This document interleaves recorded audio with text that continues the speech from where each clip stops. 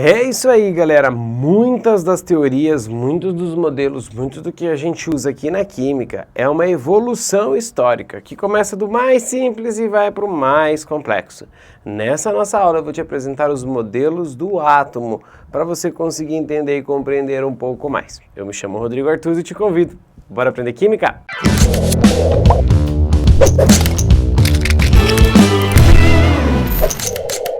Muito bem, galerinha, estamos aqui para a nossa aula de número 4 dessa nossa playlist. Vamos conversar sobre os modelos atômicos, os modelos do átomo pra gente, beleza? Esses modelos têm o modelo filosófico e tem os modelos científicos, certo? O que mais aparece na química são os modelos científicos, mas eu quero falar um pouquinho com vocês sobre o modelo filosófico também, beleza? Então olha só, lindinhas, o modelo filosófico, a ideia é o seguinte, tá? Demócrito e Leucipo, esses dois tiozinhos que eu coloquei aqui, eles estavam de buena, tranquilão, conversando um belo dia, e de repente eles olharam para esse giz e falaram, uau, o que será que forma esse giz? O que será que forma esse giz? Aí ele falou, não sei, vou dividir no meio. 2 pedaços de giz. Tá, mas e se eu dividir no meio? Pedaços ainda menores de giz. E se eu dividir de novo? Eles tiveram a ideia de que eu ia dividir tantas e tantas vezes que ia chegar num momento que eu não ia mais conseguir dividir o giz. Então eu teria átomo de giz, que seria uma parte indivisível do átomo de giz, do giz. Você pegou a ideia como é que funciona? Então eu teria lá um giz dividido várias vezes, infinitas vezes, e chega um momento que eu não ia mais conseguir dividir, eu ia ter átomo de giz. Então qual que era a ideia do Demócrito e Leucipo? Que tudo era formado de diminutas partes de átomos daquele material. Então meu quadro de madeira seria formado por átomos de madeira. Mas na época, o Aristóteles falava, o pessoal, a galera falava, os filósofos que existiam ali na época, de 3 elementos, terra, água, fogo e ar. E aí a ideia do Demócrito e do Leucipo não foi muito aceita e ficou esquecida. Tá? Só em 1808, 1807, 8, por aí, é que o Dalton, agora sim modelo científico, fez experimentos, tá? Medindo a relação, a proporção que eu tinha de hidrogênio e oxigênio na água, ele vem propor uma ideia de como seria o átomo para tentar explicar aquela famosa frase da química que é nada se cria, nada se perde, tudo se transforma. Tá ligado qual é, né? Então eu tenho modelos científicos, começam a mexer com o experimento. Dalton é o primeiro deles, tá aqui ó, número 1. O Dalton vai falar que o átomo é uma esfera maciça, indivisível e indestrutível. O que significa indivisível? Que eu não posso mais dividir, certo? Indestrutível, não desaparece. Não é que nem naquele filme que o vilão faz assim e metade do universo desaparece. Não, tá? Então a matéria é indestrutível. O átomo é indestrutível. Beleza, galera? Show! Mais uma coisa que o Dalton falou, que o prof colocou na forma de figurinha aqui para facilitar, tá? Numa reação química, os átomos não são destruídos, eles sofrem rearranjo. Veja, o átomo laranja está ligado ao átomo rosa, o átomo azul ao átomo verde-azul, né? Não sei que cor que é essa, verde, verde claro, verde azul, verde piscina, verde. Formando agora, olha só, o laranja com o azul e o verde com o rosa. Pegou a ideia? Sofreu um rearranjo aí na nossa configuração. E esse arranjo de átomos é o que formaria a substância. Segundo Dalton, as substâncias eram formadas da combinação de elementos diferentes. E percebe que o prof fez cores diferentes e tamanhos diferentes? É porque o Dalton falava que átomos de elementos diferentes são diferentes em tamanho e massa, e átomos de elementos iguais são iguais em tamanho e massa, apresentam o mesmo tamanho e a mesma massa. Beleza? Então por isso que o prof fez as cores diferentes. Então guarda essa ideia. E aí o prof colocou aqui, ó, aquele post-itão, aquele ponto para você não esquecer, o prof esqueceu o N aqui, ó. Dalton não explica a natureza elétrica da matéria. Ou seja, até aqui não existia nem eletricidade, existia, né? Mas o ser humano não tinha aí descoberto ainda que o material poderia conduzir eletricidade. Então, guarda, Dalton não explica a natureza elétrica da matéria. Não se tem nada no modelo dele falando de condução de eletricidade. Ainda mais porque só em 1848 e 58 é que se começa a falar da capacidade dos materiais em conduzir eletricidade. Então fique atento com isso, por favor. Por favorzinho. Show! E aí, se eu começo agora a perceber que os materiais têm capacidade de conduzir eletricidade e o Dalton não fala sobre isso, o que eu preciso? De um novo modelo que explique as mesmas coisas que o Dalton explicou, mas que também agora explique a natureza elétrica da matéria. E aí é o nosso segundo modelo científico que eu vou mostrar para vocês no próximo quadro. Beleza? Sai da frente, professor! Boa, galera! Muito bem, o segundo modelo científico, galera, é o modelo de Thomson. O Thomson fez experimentos com raios catódicos, com o tubo de Crookes, que eu coloquei aqui embaixo, já vou te mostrar o que acontece. E após os resultados desse experimento, ele propõe a ideia de que o átomo seja uma esfera de pasta positiva com cargas negativas, os elétrons. Então o prof desenhou aqui, ó, uma pasta dessa corzinha meio azulzinha com uma carga positiva e os elétrons estariam incrustados. Alguns materiais didáticos comparam com um pudim de passas. Gente, eu não vejo um pudim de passas aqui, desculpa. Eu vejo um chocotone. Chocotone. Vê se você não consegue ver um chocotone também. É aquela pasta, aquela maçaroca, tá? Contendo gotinhas de chocolate. Sim? Então eu teria uma pasta positiva e eu teria o quê? Os elétrons ali espalhados. O Thomson vai falar que as cargas positivas anulam as cargas negativas, tá? Então ali eu teria o átomo eletricamente neutro. Fechado? Então cuidado com isso. Então carga elétron, carga negativa. Muito bem. E aí, guarde isso no seu coração. Átomo passa a ser o quê? Divisível. Eu posso dividir ele em parte positiva e parte o quê? Negativa. Sério, prof? Sério, velho? Mas como? Então, olha só, o que está acontecendo? Qual que é a ideia do tubo de Crookes, da ampola de Crookes? Você tem um gás aqui dentro, geralmente inerte, tá? Uma bateria, e aí você vai, efeitos sonoros, tirar o ar lá de dentro. Quando você tirar o gás lá de dentro, o que vai acontecer? O que acontecia? Saiu uma faísca que saltava de um lado para o outro. Oh, senhor, que legal! Sim, foi a mesma reação que eles tiveram no laboratório. Não tão eufórico assim quanto eu. O que vai acontecer, lindos? O Thomson pensou, já sei, tive uma ideia.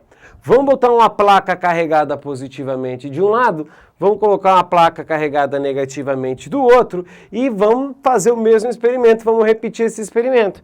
Aí eles foram lá, ligaram aqui no tubinho a saída do gás, para o gás sair, efeitos sonoros, vai sair o raio. Você viu? Até o raio tem efeitos sonoros, meu. E aí, a hora que esse raio saía, ele saía desviando para o sentido da placa positiva. Ô, lindos e lindas, que conclusão que você chega? Que esse feixe luminoso tem carga negativa. E aí, o Thomson fez outro experimento que conseguiu ver a relação entre a carga e a massa desse elétron.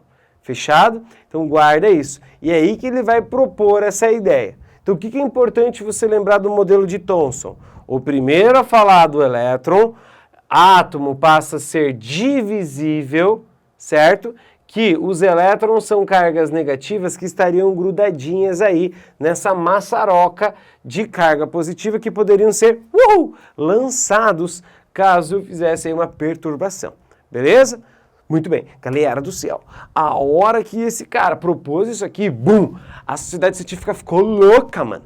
Ah, quero conhecer o átomo, quero estudar o átomo, e aí muita gente vai querer estudar o átomo, e o nosso terceiro modelo científico foi aluno do Thomson, e eu vou montar aqui no quadro para você conhecer o nosso querido Rutherford. Bora lá então. O Rutherford, galera, tá, fez experimentos. Então veja que todos estão fazendo experimentos. O Dalton fez experimento medindo a proporção lá de hidrogênio e oxigênio na água. O Dalton fez o experimento com os raios catódicos. O Rutherford fez experimento com partículas alfa.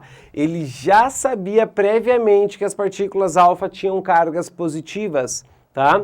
E uma película de ouro. Na verdade, é a película de um metal, tá? Mas muitas provas e muitos livros vão falar que era uma película de ouro. Fechado? Beleza. Como é que funcionava? Ele colocou aqui um material radioativo, emissor de partículas alfa, bombardeou uma película desse ouro. O que ele esperava? Que as partículas passassem, ele supondo, né, que o átomo fosse igual ao do Thomson, o pudinzinho de passas, o nosso chocotone, e que a partícula alfa fosse uma bala, o que ele veria? Ele veria uma trajetória em que a bala passasse pelo chocotone, sofresse um atrito e saísse do outro lado com a velocidade menor, certo? Só que não foi isso que ele viu. A cada 20 mil partículas alfa emitidas, 19.990 passaram lotado, velho. Bateram do outro lado sem sofrer nenhum desvio. Foram tipo, 9 sofreram pequenos desvios. E uma em cada 20 mil bateu e voltou. Mano, tu imagina qual foi a reação do cara? Ele jogou uma partícula numa película de metal e ela bateu e voltou. Uma partícula minúscula, que ele achava que ia passar direto. O que ele supôs, então, que conclusão que ele chegou que é o mais importante? Ele dividiu o átomo em duas regiões, o núcleo e a eletrosfera. O núcleo, muito pequeno, contendo carga positiva, então quando a partícula alfa passava aqui ó, perto, desviava. Quando ela batia, ela voltava. Se ela batia e voltava, esse núcleo tinha que ser o quê? Denso. Então, se ele é muito pequeno, para ele ser denso, ele tem que ter uma massa grande. Praticamente toda a massa do átomo está concentrada no núcleo. Não se assuste se em algumas provas você ver falar que toda a massa do átomo está no núcleo. Também vai estar correto. Beleza, galera? Show! Maravilha! E a eletrosfera? Muito grande, contém os elétrons e quase sem massa. E aí, tá aqui o modelo que parece um planetário, né? Você tem o núcleo e os elétrons estariam girando ao redor desse núcleo aí. Entre o núcleo e a eletrosfera, nós teríamos espaços vazios. Esse modelo, galera, não é o mais atual. Não é o que a gente usa hoje em dia. É o mais vendido, você vê em filme, você vê em série, você vê em desenho, mas é o mais correto? É o que a gente usa hoje? Não. Ah, então é o próximo? Também não.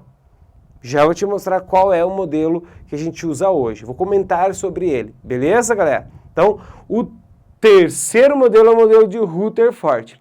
E o quarto modelo que eu vou te apresentar nessa nossa aula é o modelo de Bohr. Então, bora lá, deixa eu sair da frente do quadro para você tirar o print e vamos para o nosso modelo de Bohr, galerinha.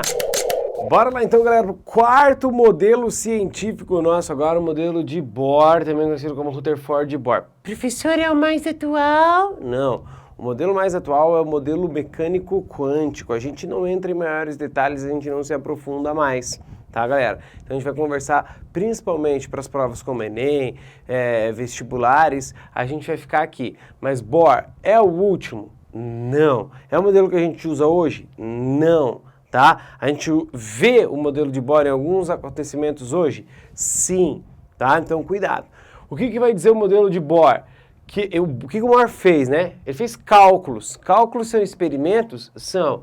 Cálculos com espécies de um elétron, tá? O próprio átomo de hidrogênio, o hélio perdendo um elétron, tá? A gente vai ter espécies de um elétron.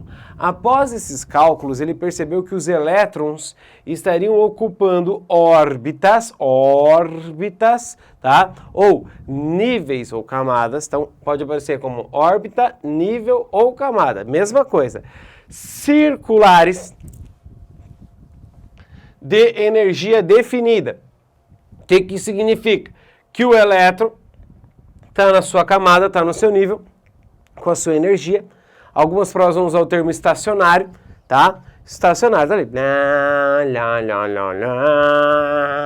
Então, teoricamente, para ele não sair daquela posição, a não ser que ele absorva ou libere energia, já te mostro como. Quanto mais externa a camada, maior a sua energia. Então, o modelo de Bohr vai falar que eu tenho 7 camadas, tá, de energia, onde cada camada dessa vai ter a sua energia, sua quantidade de elétrons. Quanto mais externa a camada, maior a energia. Vou deixar uma imagem para você aqui, tá? Vou deixar uma imagem para você ver como é que funciona aí essa ideia, esses conceitos do Bohr, beleza? Show! O que é importante você guardar no modelo de Bohr é o tal do salto quântico. É o que explica, por exemplo, você enxergar esse quadro verde. Certo? Já te explico. Como é que funciona? Você tem um elétron girando, certo? Ao redor do nosso núcleo. Eu vou ter uma energia fornecida a ele, que pode ser na forma de luz, pode ser na forma de calor, pode ser qualquer fonte energética, tá, galera? Esse elétron vai escapulir para uma camada mais externa. Então, eu sou um eletrinho, estou girando, e quando eu recebo energia, eu salto para uma camada mais externa. Cessado esse fornecimento de energia, ele volta para uma camada mais interna, devolvendo boa parte dessa energia na forma de luz. E aí, essa energia devolvida tem uma frequência, e são as cores que você enxerga. Então, por que você está enxergando esse quadro verde? A luz branca que está aqui incide no pigmento da tinta desse quadro, os elétrons pulam. Se a energia não é suficiente, os elétrons retornam. Quando eles retornam, eles devolvem a luz na frequência do verde para você aí em casa. Sério, professor? Sério, fogos de artifício. Os fogos de artifício funcionam nessa mesma ideia. Estoura, pá, você dá energia na forma de calor, os elétrons saltam, e quando eu cesso esse fornecimento de energia, ele se espalha lá no céu, você vai ter uma coloração sendo emitida. Por quê? Porque o elétron está voltando. E cada elemento químico tem aí uma frequência de emissão luminosa. Caramba, estou falando, velho? Estou te falando. Como é que os caras sabem que no Sol tem hélio, hidrogênio? Exatamente essa é a ideia, pela frequência de emissão da energia deles lá. Show? Boa! Então, muito importante você guardar, galera, a ideia do Bohr das camadinhas. É o modelo mais atual? Não, não é o modelo mais atual. O mais atual é o mecânico quântico, tá? Que vai tratar aí o elétron como dual, ora onda, ora partícula. Isso a gente se aprofunda em algum outro momento aqui dentro do canal, dentro dessa playlist. Por que aparece o Rutherford Bohr? Porque o Bohr vai usar a ideia do núcleo do Rutherford, certo? Um núcleo pequeno e denso. Show? Carregado positivamente. Que na próxima aula, não perca a próxima aula, tá, galera? Eu vou te mostrar como que a gente representa o átomo e o que eu tenho bem certinho dentro do núcleo, o que eu tenho na eletrosfera, como é que esse átomo é representado para mim. Mas isso é um assunto para a nossa aula da semana que vem. Te espero lá. Valeu? Tchau, tchau!